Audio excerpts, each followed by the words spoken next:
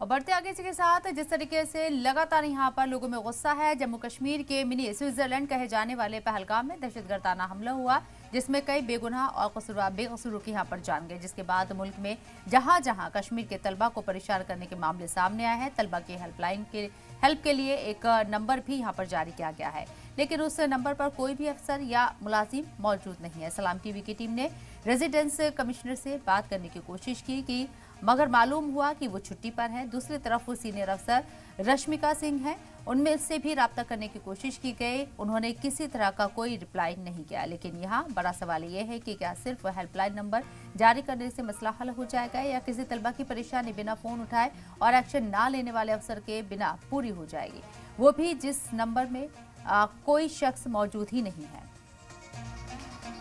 पहलगाम में हुए हमले के बाद से मुल्क के अलग अलग हिस्सों से कश्मीरी स्टूडेंट्स को लेकर कई खबरें निकलकर सामने आ रही हैं। चाहे हिमाचल प्रदेश हो, हरियाणा हो, पंजाब हो, ये वो जगह है जहां पर कश्मीरी स्टूडेंट्स रहते थे, पढ़ाई करते थे, लेकिन उनके साथ बदसलूकी और कई जगह मारपीट की खबरें निकलकर सामने हैं। हालांकि जम्मू कश्मीर सरकार ने और दिल्ली में मौजूद जम्मू कश्मीर रेजिडेंस कमिश्नर ने हेल्पलाइन नंबर जारी किया है और ये कहा है कि अगर किसी को किसी भी राज्य में किसी तरह की दिक्कत हो तो इन नंबरों पर संपर्क कर सकते हैं, यानी उनमें कांटेक्ट कर सकते हैं।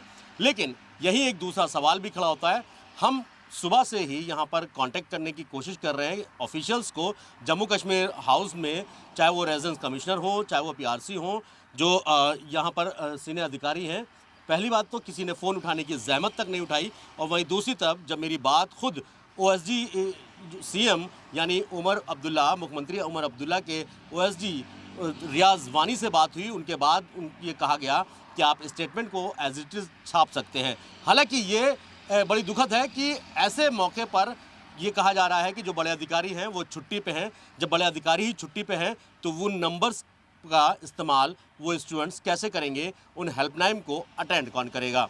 ये जम्मू कश्मीर हाउस है और मैं यहाँ पर ही पहुँचा था। काफ़ी देर से कोशिश मैं कर रहा था कि किसी बड़े अधिकारी से मुलाकात हो सके, बात हो सके।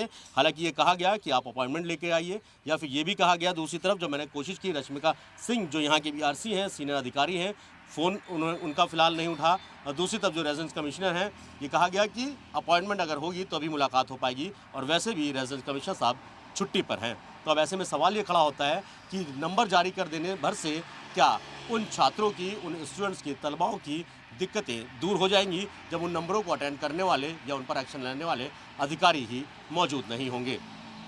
वीडियो जर्नलिस्ट नरेश के साथ सैयद मुबश्शिर, सलाम टीवी, दिल्ली।